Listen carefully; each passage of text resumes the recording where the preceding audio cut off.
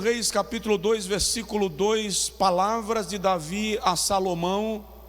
Davi diz assim: eu vou pelo caminho de toda a terra, esforça-te, pois, e seja homem. Diga amém. Esforça-te, pois, e seja homem. Agora diga comigo: Senhor, fala comigo. Amém. Podem sentar, meus irmãos, em nome de Jesus. Eu pretendo ser bem objetivo, mas começar lembrando aos irmãos que ser homem requer esforço, no sentido do plano de Deus para a palavra homem do hebraico ish. Diga comigo, ish. Palavra hebraica para homem. Mulher é isha. Antes de fazer uma abordagem do sacerdócio e da postura e daquilo que Deus quer de nós como homens, do ponto de vista bíblico mais direto, deixa eu despertar os irmãos para algumas informações muito importantes sobre os homens, inclusive alguns paralelos entre homem e mulher. Existem diferenças básicas, algumas até engraçadas, importantes de serem compreendidas, porque muitas vezes o homem quer que a mulher dele se comporte como ele se comportaria, e às vezes a mulher quer que o homem se comporte como ela se comportaria. E como há diferenças básicas, isso não funciona assim, né? Por exemplo, existem diferenças emocionais. A gama emocional da mulher é muito mais ampla, mais complexa e mais bem elaborada que a gama emocional do homem. Diga-se de passagem que a mulher é mais dada a relacionamentos pessoais. Por exemplo, você viaja, entra no carro, sai daqui para Aracaju, homem diz assim: estou saindo 8 horas da manhã, vou chegar em Aracaju 13 horas. Ele programa a hora que vai chegar, e ele não quebra essa programação nem por uma cólica intestinal. Mas ela, depois de 1h30, 2 horas de viagem, inventa uma necessidade de parar num posto para ir no banheiro. Não é nem que precisa ir no banheiro, mas ela precisa se comunicar com alguém que não está dentro da caixinha do carro. É um bom dia, um oi. Pode ver que mulher, quando vai para o banheiro, ela resolve retocar a maquiagem, e aí faz uma pequena conferência feminina na frente do espelho. Homem não. Um homem, por exemplo, quando entra no banheiro para ir lá no toalete, lá no mictório, se tiver 10 e no primeiro mictório tiver um homem, ele não vai no segundo. Ele passa os 8 que estão vazios e vai lá no último. As mulheres podem entrar nas cabines, uma vizinha da outra, para ficar conversando uma com a outra, cada uma numa cabine, porque ela é mais dada a relacionamentos pessoais. E enquanto ela está lá no banheiro retocando a maquiagem, conversando com uma mulher que ela nunca viu na vida, como se fosse amiga dela, ele está parado no pátio do posto, olhando as carretas que ele acabou de ultrapassar, indo embora. E ele dizendo assim: é verdade, perdi todo o meu trabalho. É assim ou não é, senhores homens? É mais ou menos isso. Porque as mulheres são mais emocionais, são mais dadas a relacionamentos pessoais, a uma comunicação direta, e o homem é mais metódico, ele é mais prático, ele é mais objetivo. Ele saiu tal hora e ele quer chegar a tal hora, nem que para isso ele almoce atrasado. As mulheres, por exemplo, são mais propensas a situações de depressão, de melancolia, porque o cérebro feminino produz 50% menos serotonina do que o cérebro dos homens, e a serotonina é a responsável pela sensação de bem-estar. Então muitas vezes o homem quer a mulher animada o tempo inteiro, como ele, e ela tem os seus dias de menos fervor. Eu estou falando aqui de dinamismo, alegria, espontaneidade. Não é que ela é depressiva, é que ela precisa de estímulos mais constantes para estar mais espontânea, mais alegre e mais dinâmica. Essa é uma diferença básica que nós homens precisamos entender e que as mulheres, conhecendo os homens, também é importante. Eu descobri, por exemplo, e está aí, existem pesquisas, que a mulher vive mais do que o homem. Consequentemente, senhores homens, se cuidem, tá? A mulher, regra geral, vive mais do que o homem. Inclusive, eles sofrem mais acidentes do que elas. Até porque, devido à produção de adrenalina, devido à testosterona em maior quantidade, eles são mais dados a desafios constantes, né? Fica inventando coisa para fazer. Esses dias, por exemplo, eu estava vindo de Salvador e Deise me mandou uma foto do meu pai, 78 anos, em cima do telhado da casa. Aí eu disse: ô tio, passa o telefone para ele aí. Quando ele pegou o telefone, ele estava rindo e disse: alguém me dedurou, né? Eu falei: o que é que o senhor está fazendo em cima dessa porcaria desse telhado? Pelo amor de Deus. Não, está tendo uma goteira. Pelo amor de Jesus, uma telha escorrega. Aí não cai uma goteira, cai quem está em cima. Uma mulher não faria isto, entende? Porque o homem é mais dado a esses riscos devido à produção de testosterona.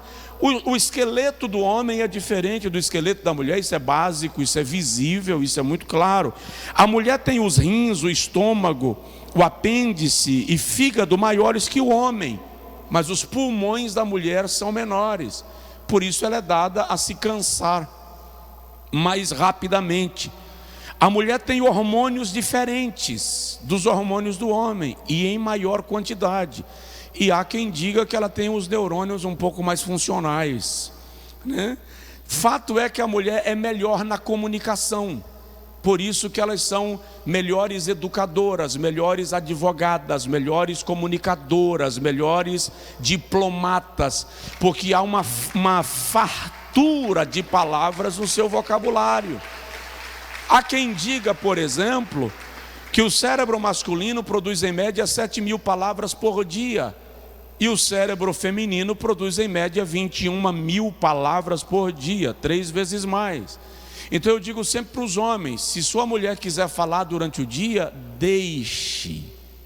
Porque se você não deixar ela falar o que ela tem para dizer durante o dia, durante a noite, quando você estiver dormindo, ela vai dizer assim: amor, bem, fio. Aí você que não está afim de conversar e finge que está dormindo, aí você fala assim. Aí ela conhece a respiração, porque parece que ela tem um medidor, que ela conhece a respiração do marido, ela conhece a respiração do pai. Aí percebeu que a respiração não foi original, aí com o pé lá embaixo ela dá um toque assim na tua canela. Aí você se mexe, encolhe o pé e faz assim. Aí ela faz assim: eu estava aqui pensando. Já fui. Então deixa falar. A minha Catarina, por exemplo, ela tem o dom da fala. Essa semana indo para a escola, eu falei assim: Catarina, quanto você quer, minha filha, para silenciar 2 minutos? Papai está tentando acordar ainda e processar, está baixando ainda o sistema. Aí ela parou e disparou agora explicando por que eu tinha dificuldade de falar pela manhã. Então é da natureza da mulher ser mais comunicativa, ter mais habilidade na fala, nas palavras. O sangue da mulher tem 20% mais água que o sangue do homem, o que aumenta a sua probabilidade de desmaios e cansaço. 40% do corpo do homem é músculo, 23% do corpo da mulher. Por isso o homem tem mais força bruta. De modo que eu digo que onde tem homem, mulher não deveria pegar peso. Se tu é homem, está em casa, está aqui na igreja, e vê uma mulher suspendendo um balde, pegando uma escada, uma cadeira, você está de mão vazia, pode ajudar e não faz nada, Eu vou ler um texto para a sua meditação. Esforça-te e seja homem. Está na Bíblia. Então, na feira do mercado, você deixa a sua mulher arrastar o carrinho com a feira enquanto você está de mão vazia. Você deixa ela sair com a criança no colo, a bolsa na lateral, no braço, pendurada, e ainda a mochila da criança, e tu só com o celular na mão. Tem alguma coisa errada com o seu cérebro. Você precisa ser provocado e acordar para a vida. Entende? Outra diferença: o coração da mulher bate mais rápido que o coração do homem. O coração da mulher bate em média 80 vezes por minuto.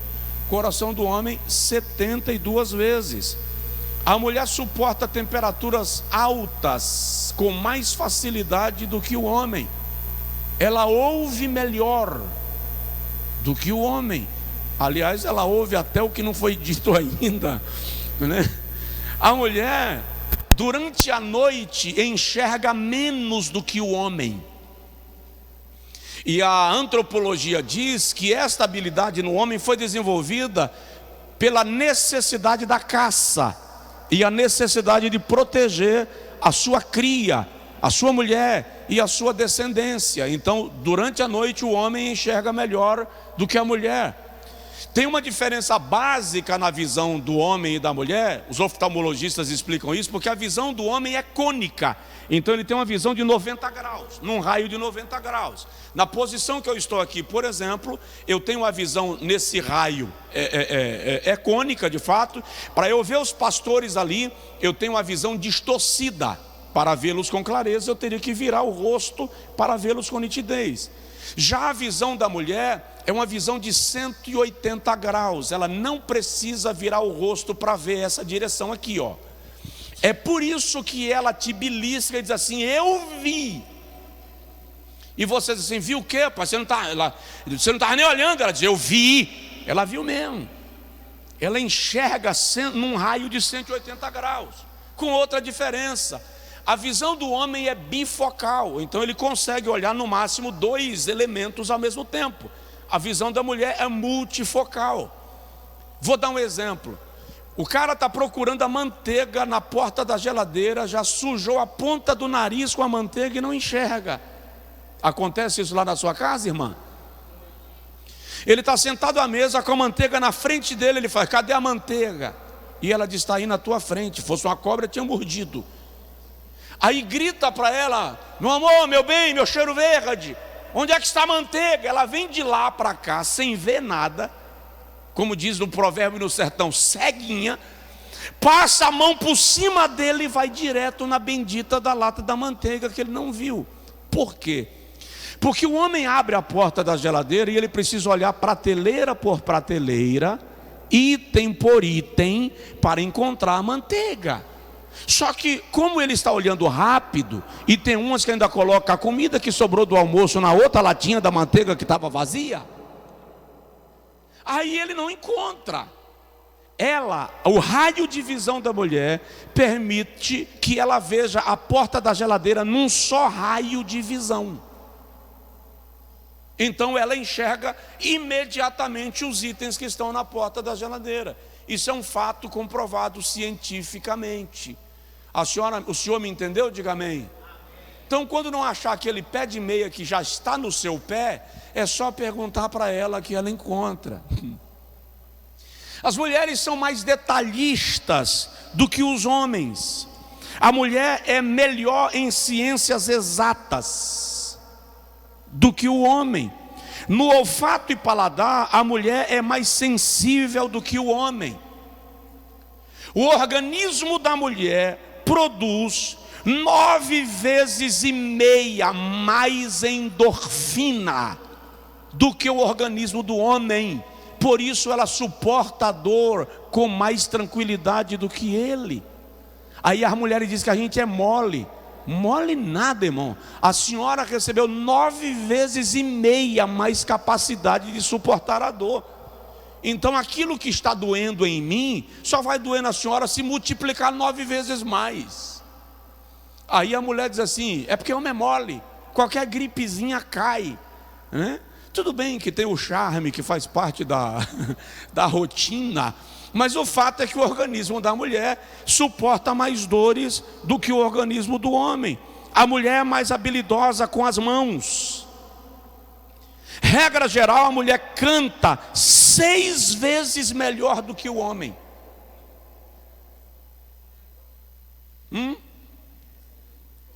Vou chamar o pastor Zé Luiz para cantar um louvor da harpa cristã. Entende? Tudo isso está dentro da estrutura que o Senhor formou. A mulher tem mais energia sexual que o homem. O desejo dela não diminui com a idade. E o dele chega um momento que entra em baixa. Por outro lado, a mulher tem um pico no mês que o seu desejo sexual aumenta. Já o homem, diz Cláudio Duarte, coloca o dedo embaixo do nariz dele. Está respirando? Pronto, ele está desejando. Então a mulher tem um pico. O homem basta estar vivo para estar disposto. São diferenças que precisam ser conhecidas e conciliadas para que os conflitos sejam melhor administrados. A mulher suporta mais a fome do que o homem.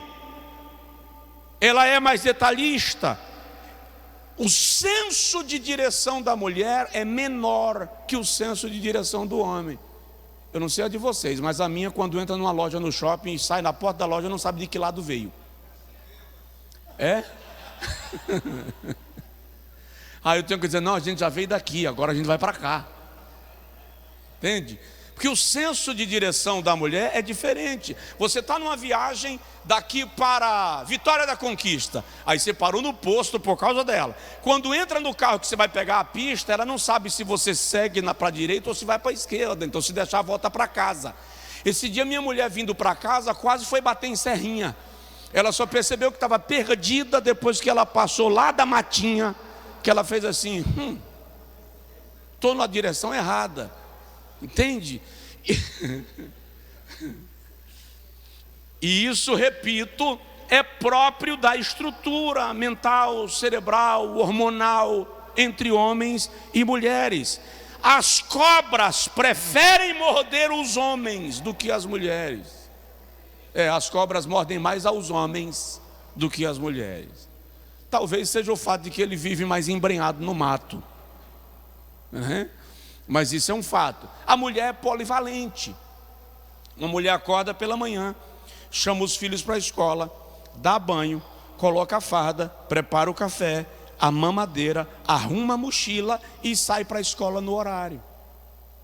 Se um homem tiver que fazer isso, um dos filhos vai ficar sem acordar, um vai vestir a roupa amassada, o leite vai derramar e um vai ficar sem o lanche. A mulher tem a habilidade de fazer mais coisas ao mesmo tempo do que o homem, porque, como dizem, o homem tem umas gavetas. Então, essa semana na mesa, conversando, eu falei, Catarina falou uma coisa, a Elide falou outra, Clara falou outra. Eu falei, espera aí, deixa eu abrir essa gaveta, eu resolvo isso aqui. Quando eu fechar, aí eu resolvo a outra, ok? Se vier tudo de vez, dá curto-circuito, pega fogo e não resolve nada. Aí elas começaram a rir. Porque o cérebro masculino funciona por departamento, funciona por partes. O cérebro da mulher faz uma embolação de tal maneira que ela consegue conversar com as amigas e ouvir o que tu está falando com teu amigo. Parece que ela consegue desconectar um ouvido do outro, aí com um ela ouve uma coisa e com o outro ela ouve a outra coisa. E isso aqui não é piada, isso é fato. Além disso, as mulheres têm diferença intuitiva. De algum modo, ela percebe as coisas antes que se tornem concretas. Há um sentimento que alguns dizem assim, estou sentindo de Deus. Muitas vezes nem é de Deus, é um sentimento seu. A senhora percebeu. Você vai comprar um carro, a mulher não entende nem de pneu. Mas quando você chega em casa, ela diz assim, não gostei desse carro. Mas não gostou como se não entende? Aí você teima, cabeça dura, dono da verdade, e compra. Aí dá um problema. Quando dá um problema, toda mulher é adepta dessa frase. Eu te avisei, eu te disse. Entende? Porque de algum modo ela tem uma percepção diferenciada. Estou dizendo isso só para você entender algumas diferenças básicas entre homem e mulher, e teria outras coisas que eu poderia falar para destacar essas diferenças, mas na mentoria de homens eu tenho algumas coisas para compartilhar com os senhores. Então na próxima mentoria nós vamos falar um pouco mais para os homens, como por exemplo, como mandar a sua mulher ir embora sem o mínimo esforço. Por exemplo, criticando-a sempre. Tem marido que nunca elogia a esposa, pai que nunca elogia a filha. Vai deixando um déficit emocional desnecessário, que vai gerando entristecimento, porque como eu disse, a gama emocional da mulher é mais ampla e mais complexa do que a gama emocional do homem.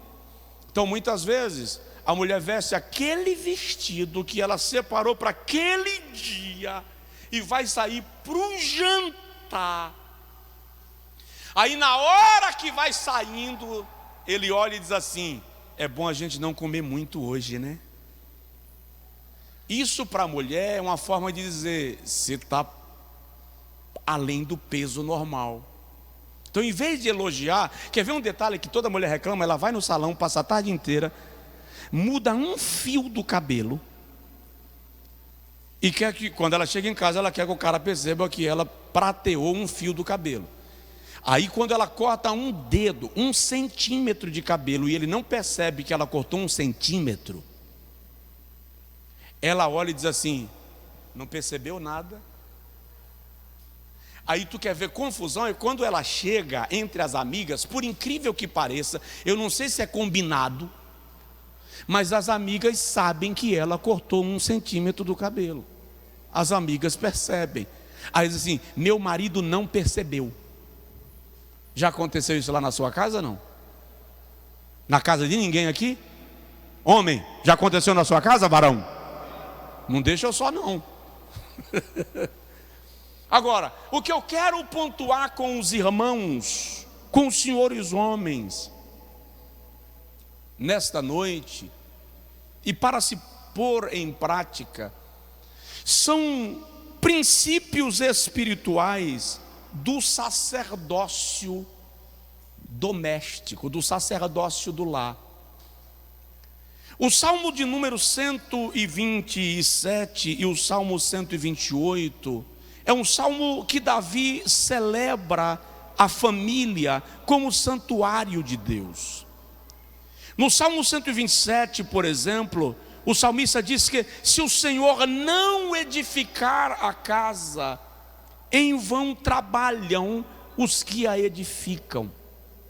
Se o Senhor não vigiar, não guardar a cidade, em vão vigia a sentinela. No 128 ele vai e diz: bem-aventurado o homem que teme ao Senhor e anda no seu caminho. O salmista coloca sobre nós, homens, a clara responsabilidade da condução espiritual da família, a clara responsabilidade do direcionamento espiritual da casa.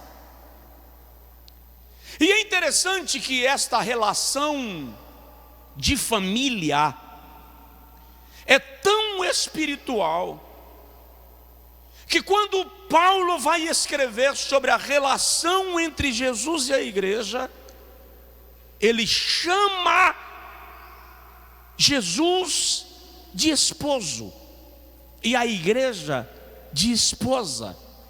E ele diz assim: vós, mulheres, submetei-vos aos vossos maridos como ao Senhor. Porque o marido é o cabeça da mulher, como Cristo é o cabeça da igreja.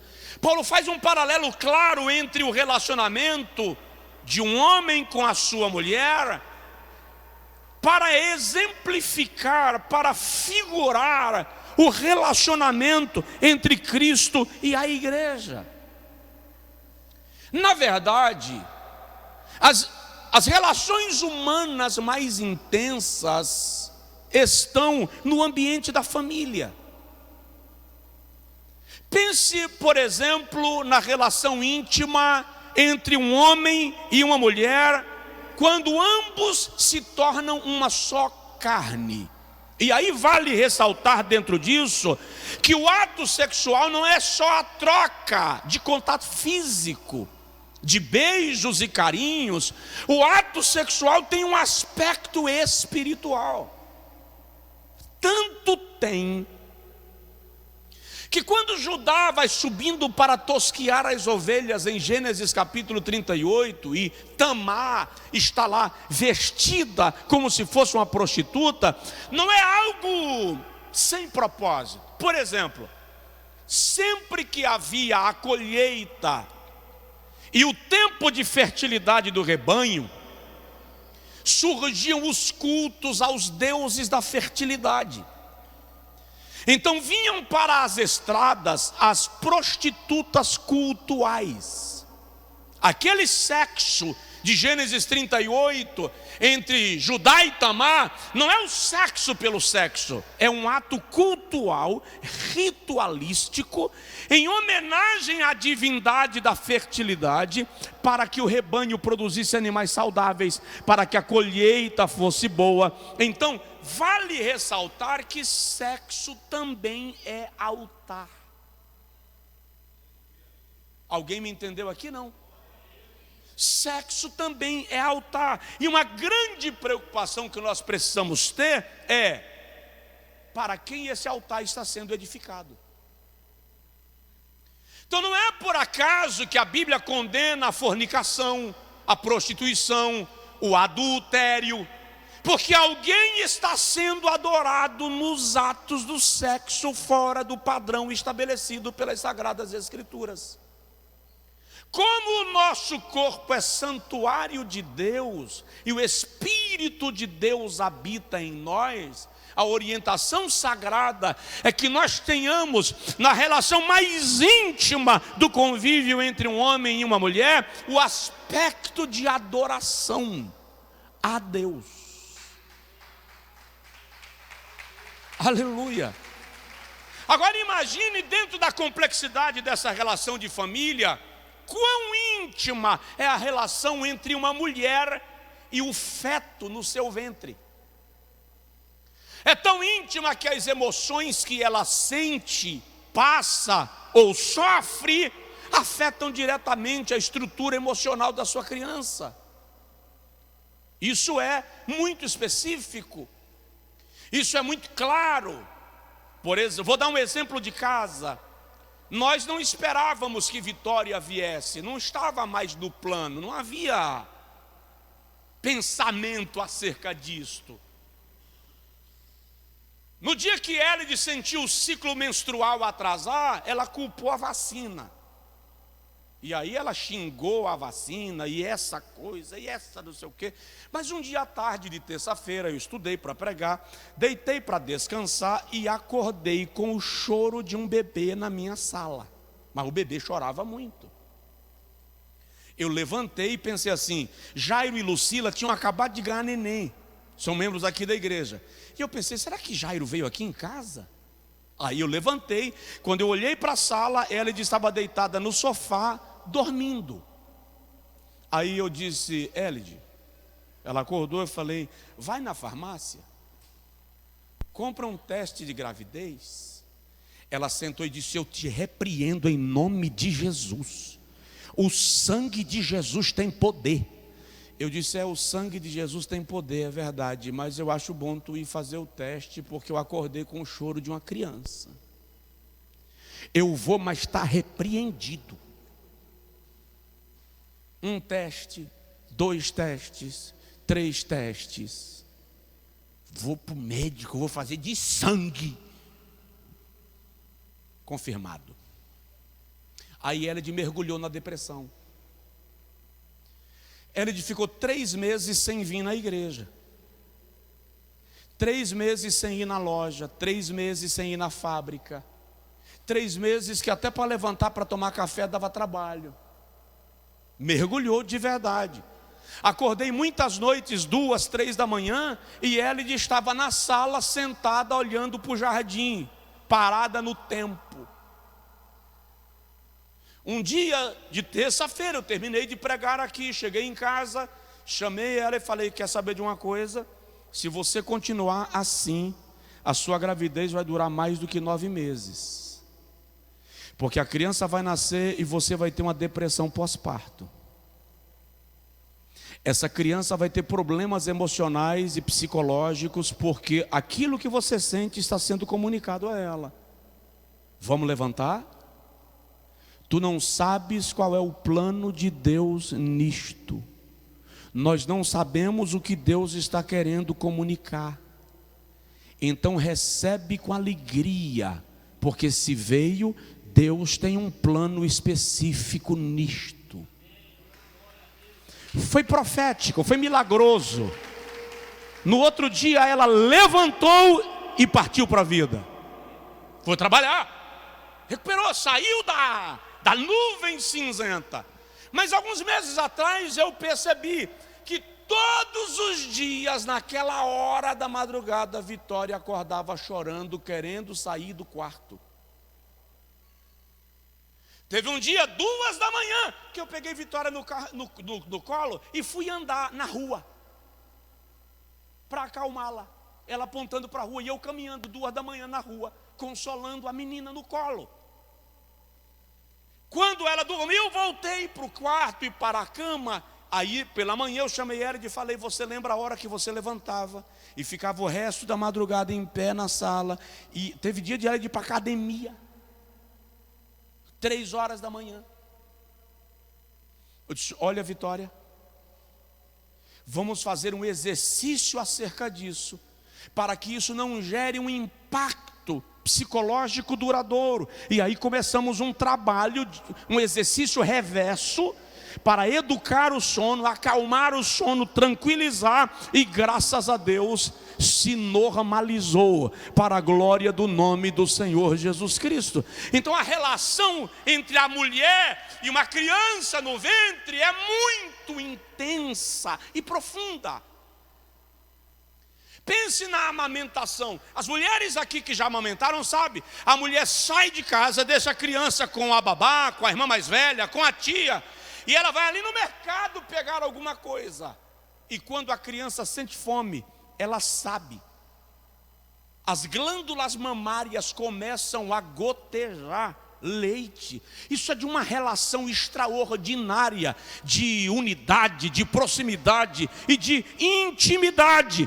Então, nas relações humanas, nada é mais íntimo do que a relação em família. Pense nos filhos. Quem tem filho aqui, levanta a mão. Deus abençoe. Filhos são hóspedes folgados de um hotel que nunca manda fatura. Eles nunca pagam a conta e nunca estão satisfeitos. Não arruma a cama. Quando chega para tomar café, reclama do café.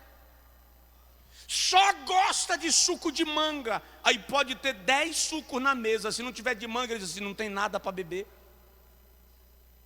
Aí no dia que eles invocam de não querer mais suco de manga, fala assim: não suporto suco de manga. Mas como assim? Você toma todo dia, mas eu não gosto mais. Tem uma fase na vida que se você pegar aquela calça jeans e colocar na porta de casa, ela vai para a escola sozinha, porque ele só veste aquela calça jeans, só calça aquele tênis infeliz, surrado, rasgado, mas é aquilo que serve, é aquilo que ele gosta. Vai reclamar. Aí você cuida de uma menina linda, maravilhosa, extraordinária, dá lacinho, perfuminho, bonequinha. Aí um dia ela chega para você e diz assim: papai, eu te amo. Mas chega a dar um gelo na espinha. Eu também amo. Aí você vai entrar na igreja, tu ainda vai pagar a conta do casamento, porque quem paga o casamento da filha é o pai. Olha que negócio. O cara vai lá, conquista a tua filha, vai casar com a tua filha, e é você quem paga a conta do casamento. E tu ainda tem que entrar, feliz da vida. Aí quando ela sai, você padece da síndrome do ninho vazio. Viveu a vida em casa inteira, nunca pagou um almoço, mas agora você sente falta do almoço que ele nunca pagou. Durante uns meses você vai continuar colocando o prato do teu filho na mesa, porque você até esquece que ele já casou e mora em outra casa. No fim de semana eles têm que vir almoçar em casa, e agora aquele hóspede que nunca pagou um almoço vem trazendo mais um para comer de graça. E se não vier, você liga para perguntar por que não veio. Aí chegam os netos. E quem é avô e avó sabe que pai e mãe, avô e avó, deixa os netos fazerem aquilo que nunca deixou os filhos. Onde estão os avós? Levanta a mão. Verdade ou não? Filho não podia pular na cama, neto pula. Filho não podia bagunçar a almofada do sofá, neto bagunça. Você estava assistindo televisão, filho não podia nem passar perto do controle, neto chega, muda e coloca naquele desenhozinho infeliz. Baby Shark.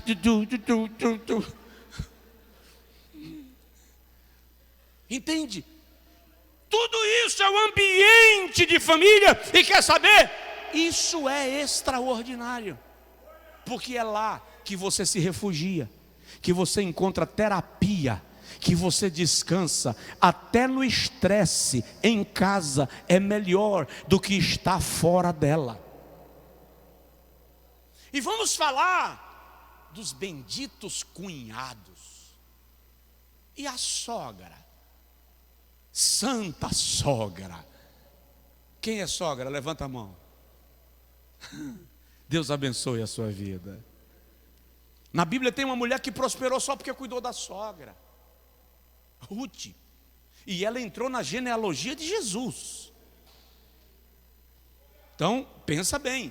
Porque sogra, na verdade, é uma segunda mãe. E vem um outro detalhe, porque alguém pensou aí, segunda mãe, porque você não conhece a minha.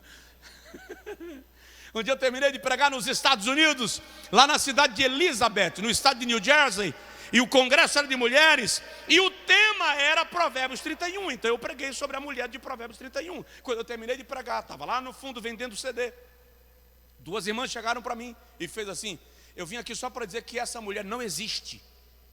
Eu disse: tanto existe que está na Bíblia. Ela disse: isso é conversa de homem. Eu disse: não, mano. Quem escreveu o Provérbio 31 não foi um homem, foi uma mulher. A mãe do rei Lemuel. Ela fez, tinha que ser uma sogra. Mas eu digo sempre que sogra normalmente não tem problema com genro, só se ele for um mala sem alça. Quando sogra tem alguma dificuldade é com a nora. Quer que eu explique? A sogra olha para o genro e diz assim: Deus me deu um filho.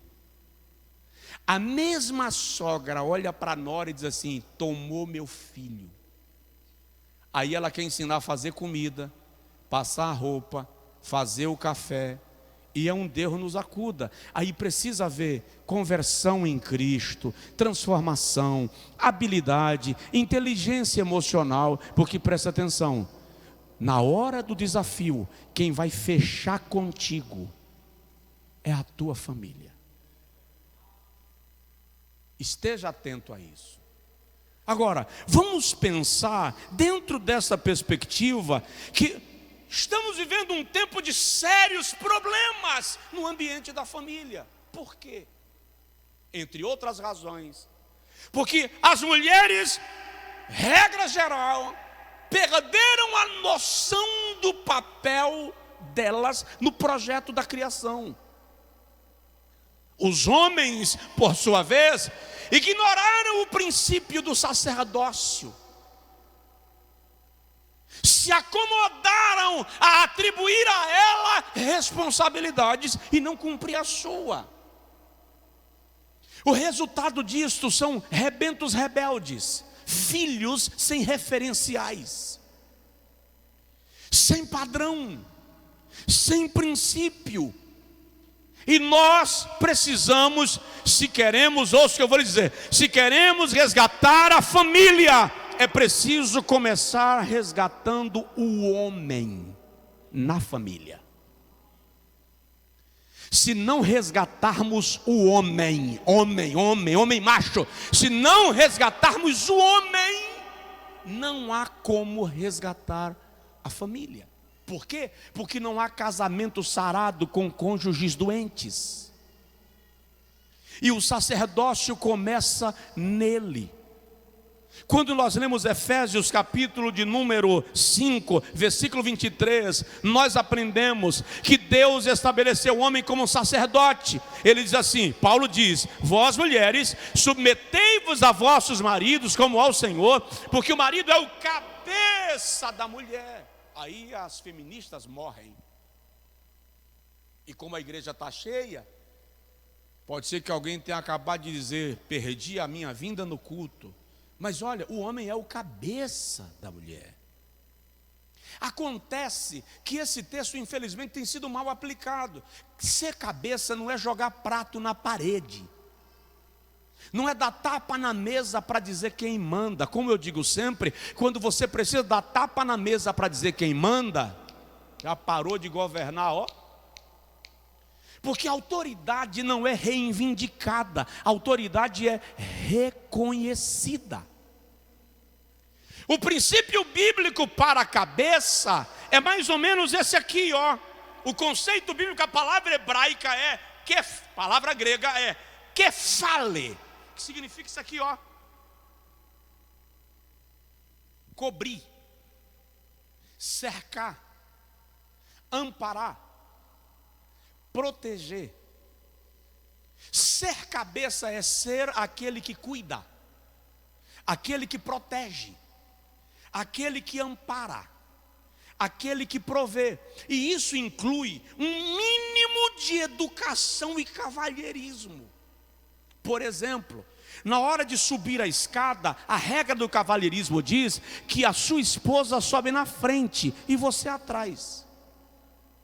Na hora de descer, ela desce atrás e você desce na frente. Por quê? Porque se ela cair, ela tem em cima de quem cair. Abrir a porta, deixar ela entrar primeiro. Coisas desse tipo fazem parte do conceito de proteção, inclusive de provisão. Ainda que a mulher tenha renda própria, e entre o casal haja maturidade e um consenso para que a partilha de dívidas seja distribuída, biblicamente é papel do homem ser provedor primário da sua família. Alguém me entendeu? Diga amém. Isso é um princípio. Acontece que por alguma razão, algumas mães educam os filhos para serem moles. Algumas mães educam os filhos para nunca cortarem com elas o cordão umbilical. Então eles casam, mas continuam ligados à mainha. Ele é capaz de jogar a mulher dele numa fritadeira para ficar do lado de mainha.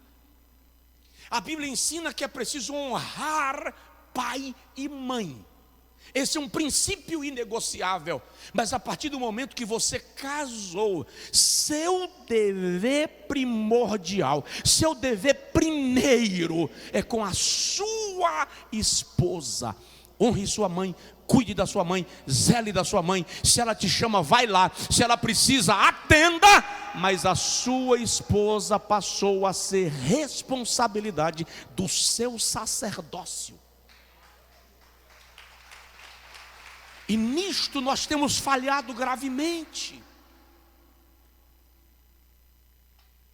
Efésios capítulo 5, versículo 22 a 24. Deixa eu dizer uma coisa para vocês. Já percebeu que Paulo diz assim: vós maridos, amai a vossas mulheres. Só as mulheres, digam comigo assim: vós maridos. Não, faz melhor. Vós maridos, amai vossas mulheres. Aleluia. Mas a Bíblia não manda a mulher amar o homem, já viu?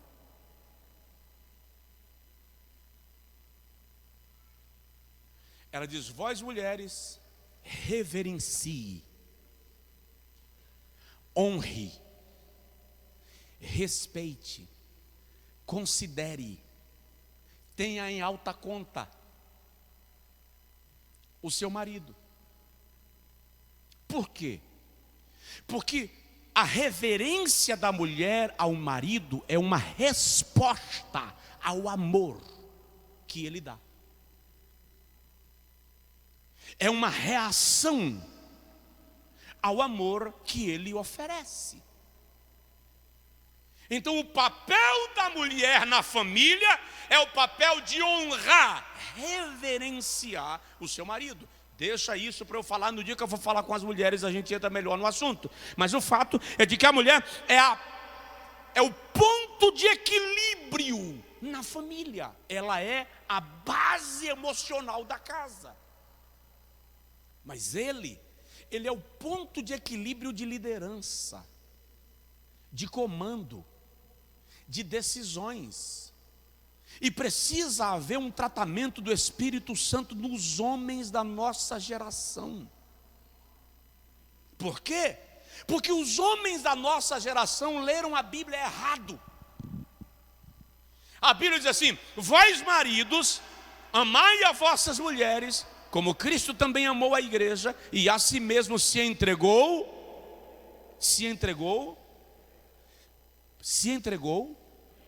por ela. Os homens aprenderam a se entregarem a ela. E a Bíblia não diz se entregar a ela, diz se entregar por ela. Não está falando de um amor romântico, está falando de um amor sacrificial. É preciso entender que amor e romance não são sinônimos. O romance pode até fazer parte da relação entre o homem e a mulher, mas o amor é um ato de sacrifício, é a disposição de servir, é a disposição de doar-se. Então o que nós vemos hoje é uma geração de homens dispostos a se entregarem a ela. Faço qualquer coisa para ela ficar bem, mas não se entregam por ela. Liderança, eu digo sempre para os homens em ambientes restritos: cuide da mulher, varra a calçada para ela passar, carregue piano no Monte Sinai, transporte água no cesto, mas não esqueça que você é sacerdote. Se posicione como tal. E isso não significa ser grosso, ser bruto. Isso não significa achar que a mulher tem que ser subalterna, porque o princípio de submissão não pode ser confundido com subalternidade. Submissão e subalternidade não são sinônimos. Submissão, e eu falo melhor no dia que pregarmos para a mulher, é estar sob uma missão. Subalternidade está relacionado mais à hierarquia, está relacionado mais a mando do que a comando. Só os homens que mandam em casa, levanta a mão, por favor. Eu mando em casa, pastor. Quem mais? 2. Não, é interessante que o homem vai levantar, faz assim, ó. Levanta antes que ela veja. Sabe do que eu lembrei agora? Grupo de casais fazendo um retiro num safari. Aí na hora de atravessar um lago cheio de crocodilos, o dono do safari diz: eu dou $1 milhão para o homem que tiver coragem de pular nesse lago e atravessar a nado. Antes dele terminar de falar, um homem caiu. E aí no desespero o cara meteu o braço, vai nadar porque tem crocodilo, você vai virar lanche. E o cara sai desesperado nadando e conseguiu sair do outro lado. E os crocodilos. Aí o cara, você é corajoso. $1 milhão na conta. Quando ele chegou no hotel, ele falou com a mulher: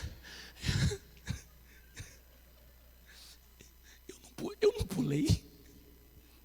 Alguém me empurrou. A mulher disse: é claro, fui eu. Tu acha que eu ia perder a chance de $1 milhão?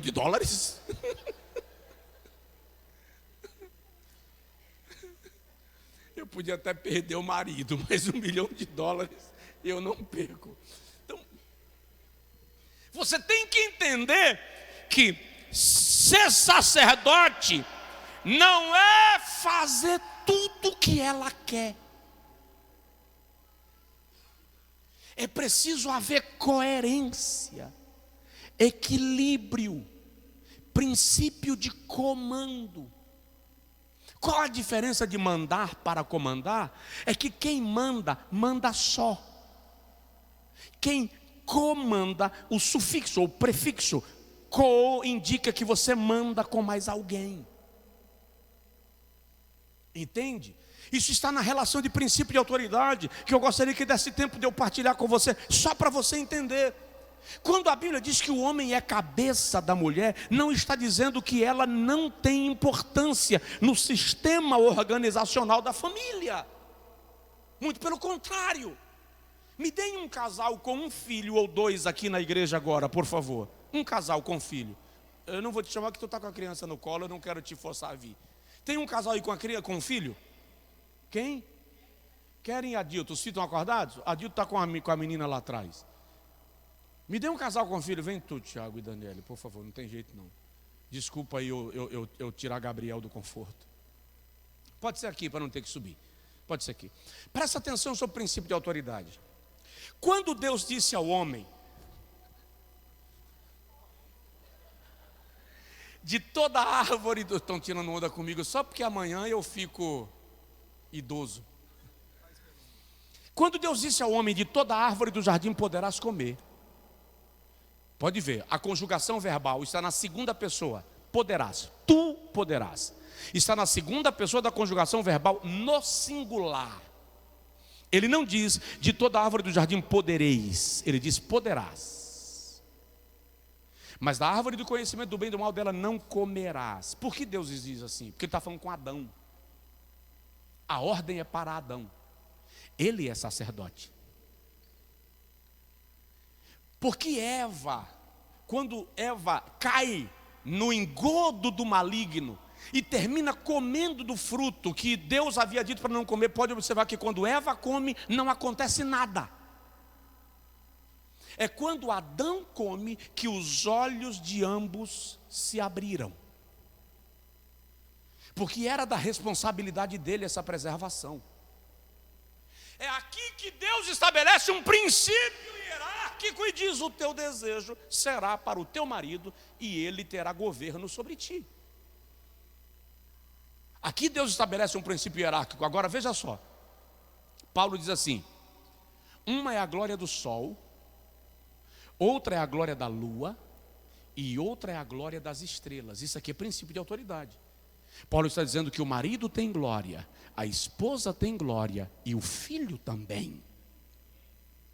Davi diz: ó, quão bom e quão suave é, já te libero, que os irmãos vivam em união, é como óleo precioso sobre a cabeça, marido, que desce sobre a barba, esposa, a barba de Arão, e que desce a orla das suas vestes, a unção que vem sobre ele abençoa ela e abençoa a descendência. Vou te deixar sentar por causa do peso. Jesus diz assim: aquele que recebe um profeta na condição de profeta receberá galardão de profeta. Isso é um primeiro princípio de honra. Aquele que recebe um justo na condição de justo receberá galardão de justo. Segundo nível do princípio de honra.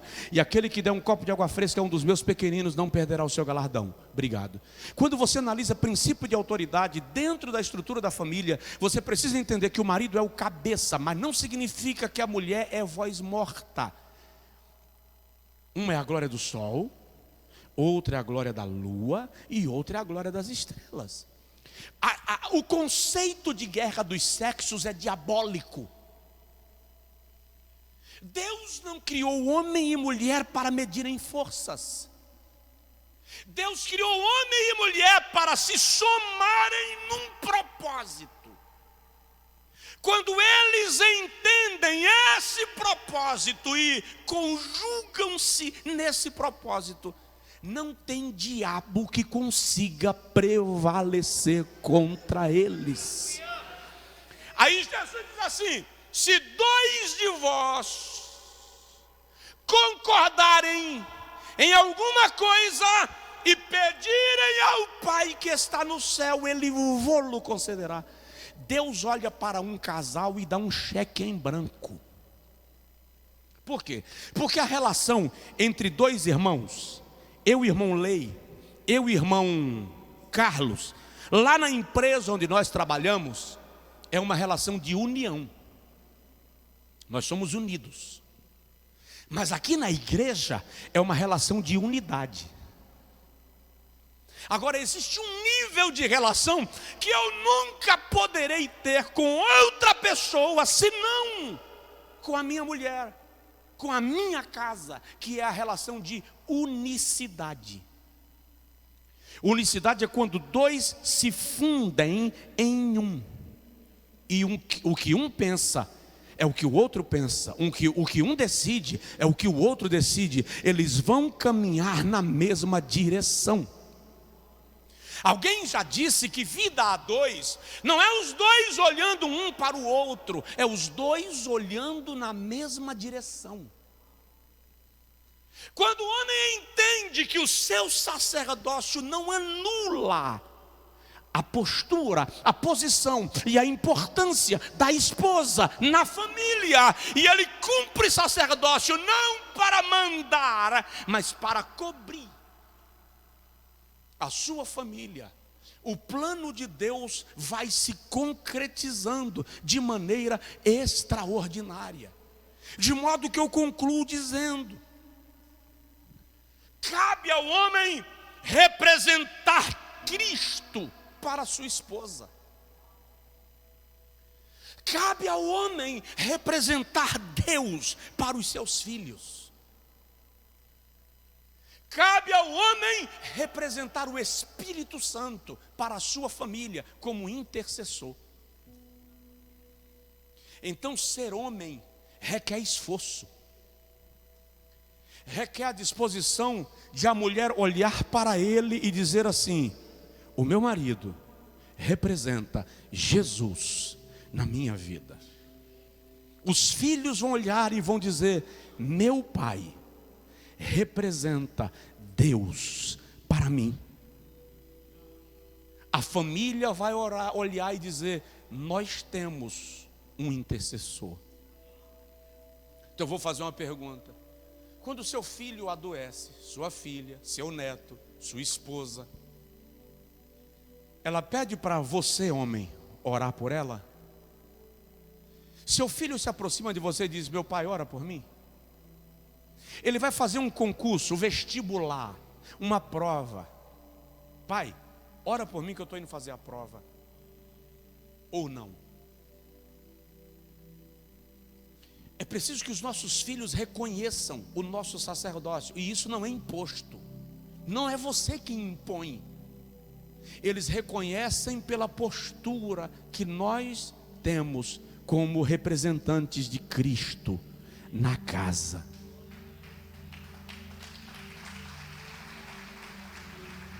O que eu estou dizendo com isso, e termino: eu lancei agora um livro, até trazer para cá, né? Sofrimento e Superação. É um livro baseado em Jó. Você vai observar no livro de Jó que o livro começa no altar, capítulo 1, e termina no altar, capítulo 42. O livro começa com Jó levantando altares e intercedendo pelos seus filhos. E o livro termina com Jó na frente do altar. Por que ele não levantou o altar do capítulo 42? Porque ele não aguentava. Fisicamente ele estava destruído. Mas o seu sacerdócio não estava comprometido. Tanto é que Deus diz aos amigos de Jó: o meu servo Jó orará por vós e a ele eu ouvirei. Quando você folheia o livro de Jó, você percebe que o que Satanás queria não era o gado de Jó, não eram as ovelhas de Jó. Satanás queria não era o dinheiro de Jó. Ele não precisa disso. Ele disse a Jesus: eu te darei todos os reinos do mundo e a glória deles, porque a mim foram entregues. Satanás tem riqueza, ele não precisa daquilo que você tem. O que Satanás queria era o sacerdócio de Jó. É por isso que algumas vezes o texto diz: ainda assim Jó não pecou contra Deus. Jó não falou contra Deus. Jó passou o pior perrengue que um ser humano pode passar, mas ele não sai da presença de Deus. E quando Deus aparece a ele no capítulo de número 40, e Jó levanta trêmulo, porque o Senhor disse: levanta-te, cinge-te da tua força, porque eu vou te perguntar e tu vais me responder. Jó não tem estrutura para demandar com Deus. Então ele diz: eu te conhecia de ouvir falar, agora os meus olhos te contemplam. O primeiro milagre que Deus vai fazer na nossa casa, senhores homens, é resgatar os homens da nossa família.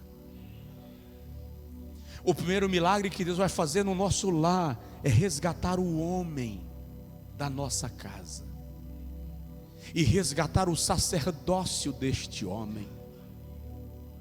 Deus quer te tirar da caverna, te tirar do porão e te colocar no comando do navio, porque você foi chamado para representar Deus. Quando Ele cria toda a obra das suas mãos, Ele diz ao homem: guarda, cultiva,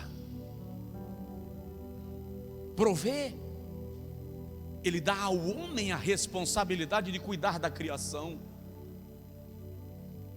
Essa mentalidade mundana, helenista, que tomou conta do mundo moderno, de modo particular do mundo ocidental.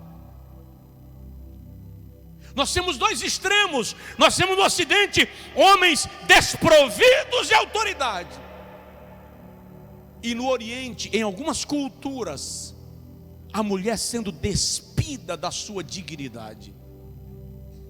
Os dois extremos são perigosos, mas a igreja é sal e é luz, ela é referência. Deus quer resgatar os homens da sua casa. Fica de pé, por favor, quem puder. E eu vou convidar à frente, por favor, todos os homens que estão aqui presentes. Venham aqui à frente para nós orarmos juntos.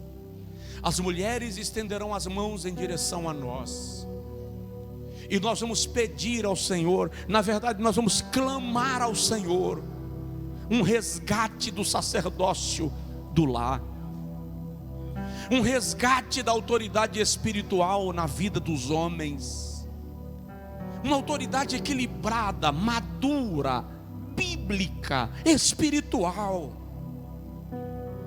Aleluia!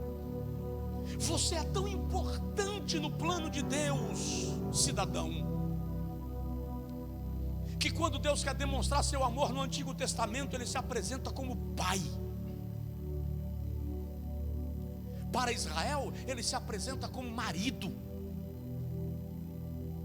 No Novo Testamento, Jesus vem como homem e se apresenta como sacerdote, intercessor. Na outra terça nós vamos falar sobre o papel da mulher nesse cenário. Não dá para fazer as duas coisas ao mesmo tempo, mas eu preciso que comece hoje. Nós vamos começar hoje pedindo perdão a Deus pelo princípio sacerdotal que nós abandonamos, pelo princípio sacerdotal que nós quebramos, pelo uso desequilibrado da nossa autoridade. O homem, apesar da força e da autoridade, não é seu papel agredir, humilhar, violar. Não, isso não é sacerdócio, isso é diabólico. O plano do Senhor é que a tua mulher, teus filhos olhem para você e digam: eu tenho sacerdote, eu tenho que me cubra espiritualmente. Não falhe nisto. Deus conta com a gente na reestruturação da sociedade, na restauração da família.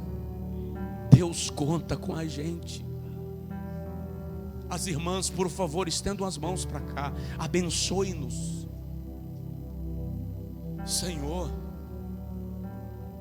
aqui estão os homens da tua casa, anciãos, adultos, jovens, adolescentes, crianças, todos eles, Senhor, cada um de nós faz parte do teu plano no mundo.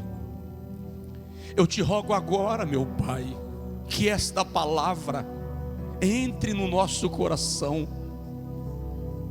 Nós queremos começar pedindo perdão ao Senhor por termos quebrado o princípio sacerdotal. Quebramos, Senhor, o princípio sacerdotal quando não agimos como representantes de Deus. Quebramos o princípio sacerdotal quando não agimos como cabeça dentro do princípio bíblico, que nos ensina que nós devemos proteger, prover, circundar, amparar, exercer governança na nossa família. Quebramos o princípio sacerdotal quando deixamos de orar, Senhor, quando nos afastamos da tua palavra, quando confundimos o entregar-se por ela com o entregar-se a ela. Senhor, que a esposa, que os filhos olhem para cada um de nós, homens, e vejam Deus em casa, através de cada um de nós. Eu quero, Senhor, abençoar estes homens, aqueles que estão com a alma ferida, aqueles que estão com traumas, aqueles que foram machucados na vida, que estão inseguros, aqueles que estão com vontade de desanimar, que estão abatidos. Senhor, eu suplico, ministra no coração desses homens agora coragem, fé, determinação. Dá uma renovada, Senhor, na autoestima, na convicção pessoal de cada um desses homens. Pai, na autoridade do nome de Jesus Cristo, eu quero, como sacerdote que o Senhor quis estabelecer sobre esta casa, abençoar cada um destes homens, a sua casa e a sua família, em nome de Jesus.